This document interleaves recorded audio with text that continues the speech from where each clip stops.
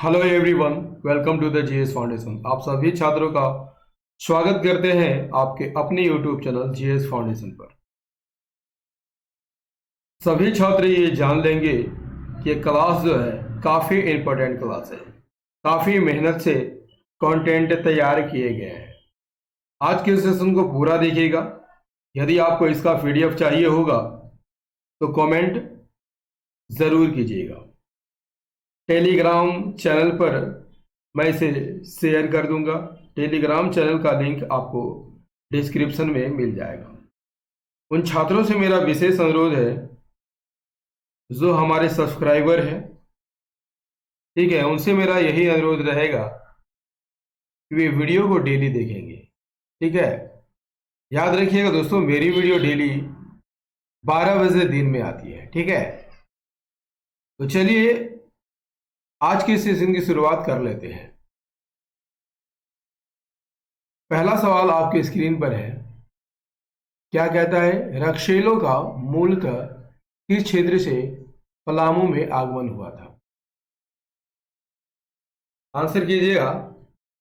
रक्षेलों का मूलतः किस क्षेत्र से पलामू में आगमन हुआ था? सही आंसर हो जाएगा ऑप्शन सी, राजपूताना क्षेत्र से आगमन हुआ था। प्रारंभ में पलामू किसके प्रभाव क्षेत्र में था? रक्षेलों के प्रभाव क्षेत्र में था। रक्षेल स्वयं को राजपूत कहते थे। रक्षेलों का पलामू क्षेत्र में आगमन राजपूताना क्षेत्र से हुआ था और ये रोहतासगढ़ होते हुए झारखंड आए थे। रक्षेलों की दो शाखाएं थी। पहली शाखा देवगन शाखा और दूसरी शाखा कुंडेलवा शाखा, है ना। देवगन शाखा वाले हरिहरगंज और महाराजगंज से होकर आए थे और कुंडेलवा शाखा वाले चतरा और पांकी से होकर यहाँ पर आए थे। रक्षेलों की दोनों शाखाओं ने क्रमशः देवगन और कुंडेलवा में किले का निर्माण कराया और उसे अपनी राजधानी घोषित किया। कोरवा, गौड़, पहाड़िया, किसान और खरवार रक्षेलों के समय की जनजातियां थीं। इनमें खरवार जो है सर्वाधिक संख्या में थे, जिनके शासक कौन थे? प्रताप धवल थे। रक्षेलों ने पलामू में लंबे समय तक शासन किया और 16वीं शताब्दी में चेरों ने इन्हें अपदस्थ कर दिया था। चलिए अगले सवाल का आंसर कीजिए। तिलका आंदोलन के दौरान विद्रोहियों द्वारा किस वर्ष अंग्रेज अधिकारी क्लीवलैंड की हत्या कर दी गई थी? आंसर कीजिएगा फटाफट। तिलका आंदोलन के दौरान विद्रोहियों द्वारा किस वर्ष अंग्रेज अधिकारी क्लीवलैंड की हत्या कर दी गई थी? Answer is the option B, 1784 में। तिलका आंदोलन कब से कब तक चला था? 1783 से 85 तक। इस आंदोलन के दौरान तिलका मांझी ने तीर मारकर क्लीवलैंड की हत्या कर दी थी। कब की थी? 13 जनवरी 1784 को। क्लीवलैंड की हत्या के बाद अंग्रेज अधिकारी आयरकूट ने तिलका मांझी को पकड़ने के लिए व्यापक अभियान चलाया था। नेक्स्ट क्वेश्चन कर लेते हैं दोस्तों। नेक्स्ट है, पलामू में 1857 के प्रमुख नेता नीलांबर पीताम्बर को किस स्थान पर फांसी दी गई थी? सही आंसर क्या हो जाएगा? पलामू में 1857 के प्रमुख नेता नीलांबर पीताम्बर को किस स्थान पर फांसी दी गई थी? सही आंसर हो जाएगा लेस्लीगंज, पलामू में। नीलांबर पीताम्बर को फांसी लेस्लीगंज, पलामू में दी गई थी। कब दी गई थी? 18 मार्च 1859 को। आम के पेड़ से लटकाकर इन्हें फांसी दी गई थी। नेक्स्ट कर लेते हैं। देवघर षड्यंत्र केस किस वर्ष हुआ था? देवघर षड्यंत्र केस किस वर्ष हुआ था? ऑप्शन बी सही आंसर हो जाएगा, 1927 में। देवघर षड्यंत्र वर्ष 1927 में हुआ था। ठीक है। और देवघर षड्यंत्र में वीरेंद्र नाथ भट्टाचार्य के घर छापा मारकर हथियार और क्रांतिकारी साहित्य बरामद किया गया था। देवघर षड्यंत्र केस में वीरेंद्र नाथ भट्टाचार्य, सुरेंद्र नाथ भट्टाचार्य, तेजेश चंद्र घोष सहित कुल कितने व्यक्तियों की गिरफ्तारी की गई थी? 20 व्यक्तियों की यहाँ पर गिरफ्तारी की गई थी। चलिए बढ़ते हैं अगले क्वेश्चन की ओर। अगला क्वेश्चन है, झारखंड में किस वर्ष रोमन कैथोलिक मिशन की स्थापना की गई थी? झारखंड में किस वर्ष रोमन कैथोलिक मिशन की स्थापना की गई थी? सही आंसर हो जाएगा option C is the correct answer, 1869 में। झारखंड में कैथोलिक मिशन का प्रारंभ किस वर्ष किया गया था? 1869 में। याद रखिएगा दोस्तों, इंसाइक्लोपीडिया मुंडारिका के लेखक कौन है? फादर हाफमैन है, और फादर हाफमैन का संबंध भी इसी रोमन कैथोलिक मिशन से था। क्लियर? चलिए नेक्स्ट क्वेश्चन करिए। यूनाइटेड झारखंड पार्टी का गठन किस वर्ष किया गया था? यूनाइटेड झारखंड पार्टी का गठन किस वर्ष किया गया था? सही आंसर हो जाएगा option D is the correct answer, that is 1948। ये नहीं होगा दोस्तों, 1948 होगा। यूनाइटेड झारखंड पार्टी की स्थापना कब की गई थी? 1948 में की गई थी। किसके द्वारा? जस्टिन रिचर्ड और जयपाल सिंह मुंडा के द्वारा। बाद में जयपाल सिंह मुंडा जो है झारखंड पार्टी का गठन कर लेते हैं। कब करते हैं दोस्तों? 1950 में। और आप सभी जानते होंगे झारखंड पार्टी का चुनाव चिन्ह क्या था? मुर्गा था। ठीक है, चलिए देख लेते हैं अगला सवाल।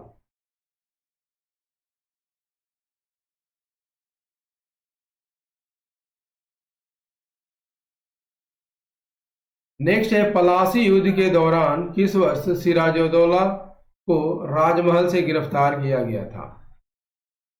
किस वर्ष गिरफ्तार किया गया था दोस्तों? 1757 में। 1757 में सिराजुद्दौला को गिरफ्तार किया गया था। पलासी का युद्ध सबसे पहले जान लीजिए कि कब हुआ था? 23 जून 1757 की हुआ था। किस नदी के किनारे? भागीरथी नदी के किनारे।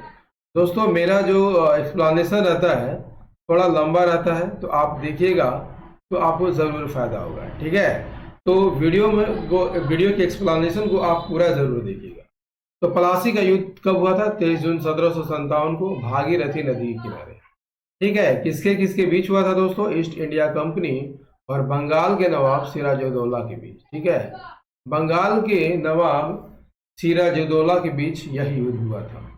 कंपनी की सेना ने रॉबर्ट क्लाइव के नेतृत्व में, याद कर लीजिएगा, कंपनी की सेना का नेतृत्व किसने किया था? रॉबर्ट क्लाइव ने किया था। रॉबर्ट क्लाइव के नेतृत्व में नवाब सिराजुद्दौला को पराजित कर दिया था। ठीक है, नवाब सिराजुद्दौला के हार का कारण था दोस्तों, क्योंकि उसके सेना नायक मीर जाफर जो है अंग्रेजों से जा मिला था। ठीक है, और युद्ध के तुरंत बाद जो है मीर जाफर का पुत्र मीरन, याद रखिएगा इंपॉर्टेंट फैक्ट है, मीरन क्या कर देता है? सिराजुद्दौला की हत्या कर देता है। ठीक है, चलिए बढ़ते हैं नेक्स्ट क्वेश्चन की ओर।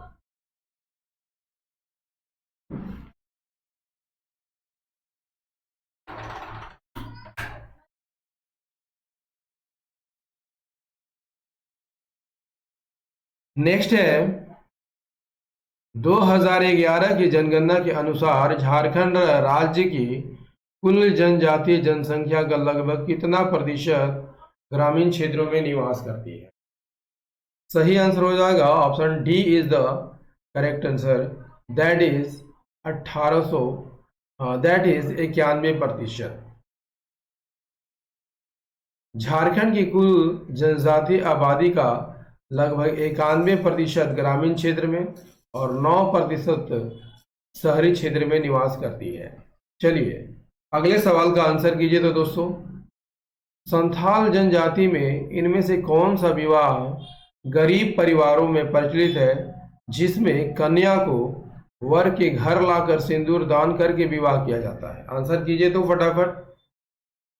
वह कौन सा विवाह है जिसमें कन्या को वर के घर लाया जाता है और सिंदूर दान किया जाता है? सही आंसर हो जाएगा option b is the correct answer, टुनकी दीपिल बापला। क्या है दोस्तों? टुनकी दीपिल बापला इसका सही आंसर हो जाएगा। टुनकी दीपिल बापला में क्या होता है? ये तो गरीब परिवारों में प्रचलित विवाह है। इसमें कन्या को वर के घर लाया जाता है और सिंदूर दान करके विवाह किया जाता है। सबसे प्रचलित विवाह संथालों में कौन है दोस्तों? किरिंग बापला, ठीक है। और इसे मध्यस्थ के माध्यम से है, जिसे अगुआ भी बोला जाता है, मध्यस्थ के माध्यम से विवाह किया जाता है। नेक्स्ट कर लीजिए, मुंडा जनजाति के पुरुषों के द्वारा शरीर के निचले भाग में पहना जाने वाला वस्त्र कौन है? आपके ऑप्शन है धोती, लुंगी, बटोई या कमरा। सही आंसर हो जाएगा option b is the correct answer, that is बटोई जो है पुरुषों के द्वारा शरीर के निचले भाग में पहना जाता है। पुरुषों के वस्त्र, ठीक है, बटोई शरीर के निचले भाग में पहना जाता है। कमरधनी युवकों द्वारा कमर में लपेटा जाता है। भगवा बूढ़ों के द्वारा इस्तेमाल होने वाला वस्त्र है। बरखी, पिछाड़ी और कमरा ठंड में शीत से बचने के लिए एक कंबल है, ठीक है। पगड़ी और खुरफा क्या है? ये चमड़े से बना होता है और पैरों में पहना जाता है, ठीक है। खटनही क्या है? एक काठ से यानी लकड़ी से बना होता है और पैरों में पहना जाता है। चलिए अगले सवाल का आंसर कर लीजिए। रातू के वर्तमान किले का निर्माण किस वर्ष किया गया था? सही आंसर हो जाएगा option C is the correct answer, that is 1870 में। रातू का किला कहाँ देखने को मिलता है दोस्तों? रातू रांची में देखने को मिलता है। इस किले का निर्माण 1870 में किया गया था। किसके द्वारा? उदयनाथ शाह के द्वारा। किले का निर्माण एक अंग्रेज कंपनी के ठेकेदार द्वारा किया गया था, है ना, जिसके कारण इस पर अंग्रेजी स्थापत्य कला का प्रभाव आपको देखने को मिलता है। नेक्स्ट कर लीजिए, एक मान्यता के अनुसार पांडवों ने अपने अज्ञातवास के कुछ वर्ष झारखंड के इनमें से किस मंदिर के क्षेत्र में व्यतीत किए थे?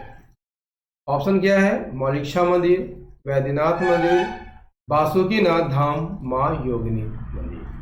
तो कौन सा मंदिर है जिसे पांडवों ने अज्ञातवास के दौरान यहाँ पर समय बिताया था? सही आंसर हो जाएगा मां योगिनी का मंदिर, ठीक है। मां योगिनी का मंदिर बाराकोपा पहाड़ी पर है, गोड्डा जिले में। मान्यता है कि मां सती जी की यहाँ पर दाहिनी जांग गिरी थी। यहाँ पर दोस्तों याद कर लीजिएगा, कामाख्या मंदिर की तरह ही यहाँ पर पिंड की पूजा की जाती है। इस मंदिर में लाल रंग के वस्त्र चढ़ाने की प्रथा है। इस मंदिर का निर्माण किसने कराया था? चारुशिला देवी ने कराया था। धार्मिक ग्रंथों के अनुसार इस मंदिर की चर्चा महाभारत में गुप्त योगिनी के नाम से की गई है, ठीक है। और पांडवों ने अज्ञातवास के कुछ समय यहाँ भी व्यतीत किए थे। क्लियर? चलिए नेक्स्ट कर लेते हैं, जरगा लोकगीत किस जनजाति में गाया जाता है? जरगा लोकगीत किस जनजाति में गाया जाता है? जरगा की बात कर लिया जाए तो ये मुंडा जनजाति में गाया जाने वाला गीत है। मुंडा जनजाति में गाया जाने वाला गीत है। मुंडा जनजाति के लोकगीत कौन कौन है दोस्तों? जदुर, जदुर, ठीक है, और सरहुल और बापर्व से संबंधित लोकगीत। गेना और जदुर, गेना और जदुर जदुर लोकगीत के पूरक के रूप में गाया जाता है। अदंडी विवाह संबंधी लोकगीत है और जापी शिकार संबंधी लोकगीत है। जरगा और कर्मा भी मुंडा जनजातियों के लोकगीत है। चलिए अगले सवाल का आंसर कर लीजिए। नटुआ नृत्य के बारे में इनमें से कौन सा कथन सत्य है? कथन ए है यह एक पुरुष प्रधान नृत्य है, बिल्कुल सही कथन है। बी, इसमें पुरुषों के द्वारा स्त्री का वेश धारण करके नृत्य किया जाता है। उपरोक्त दोनों कथन यहाँ पर सही है। Option C is the correct answer. उपरोक्त दोनों कथन यहाँ पर सही है। नटुआ नृत्य पुरुष प्रधान नृत्य है। इसमें पुरुषों द्वारा स्त्री का वेश धारण करके नृत्य किया जाता है। अगला सवाल क्या कहता है दोस्तों, सामा चकेवा लोक नाट्य के दौरान अभिनय करने वाला पात्र सांब कौन होता है? पति, पिता, भाई या पुत्र? सही आंसर हो जाएगा भाई होता है। सामा चकेवा एक लोक नाट्य है। कार्तिक माह के शुक्ल पक्ष की 7वीं से पूर्णमासी तक यह किया जाता है। इसमें क्या होता है, मिट्टी के पात्र बनाए जाते हैं, लेकिन मिट्टी के पात्र अभिनय नहीं करते हैं, उनके बदले में बालिकाएं जो है क्या करती है, अभिनय करती है ना। इस लोक नाट्य के प्रमुख नायिका को क्या कहा जाता है? सामा। नायक को चकेवा, खलनायक को चूड़क या चुगला कहा जाता है, और सामा के भाई को यानी नायिका के भाई को, ठीक है, नायिका के भाई को क्या कहा जाता है? साम कहा जाता है। इसमें सामूहिक गीतों के माध्यम से प्रश्नोत्तर शैली में विषय वस्तु को प्रस्तुत किया जाता है, और यह भाई बहन के पवित्र प्रेम से संबंधित लोक नाट्य है। क्लियर? चलिए अगले सवाल का आंसर कीजिए। दोस्तों, झारखंड जीके का ये सेशन आपको कैसा लगा? काफी मेहनत से तैयार किया हुआ कंटेंट था दोस्तों। सेशन कैसा लगा कमेंट करके जरूर बताइएगा। यदि सेशन पसंद आया हो तो एक लाइक कर दीजिएगा, दोस्तों के साथ शेयर कर दीजिएगा, और यदि आप भी इस चैनल पर नए हैं तो चैनल को जरूर सब्सक्राइब कर लीजिएगा, बेल आइकन को प्रेस कर लीजिएगा। याद रखिएगा मेरी वीडियो जो है रोजाना 12 बजे दिन में आती है, तो इसे रोज देखना मत भूलिएगा। तो मिलते हैं अगले सेशन में, तब तक के लिए जय हिंद, धन्यवाद।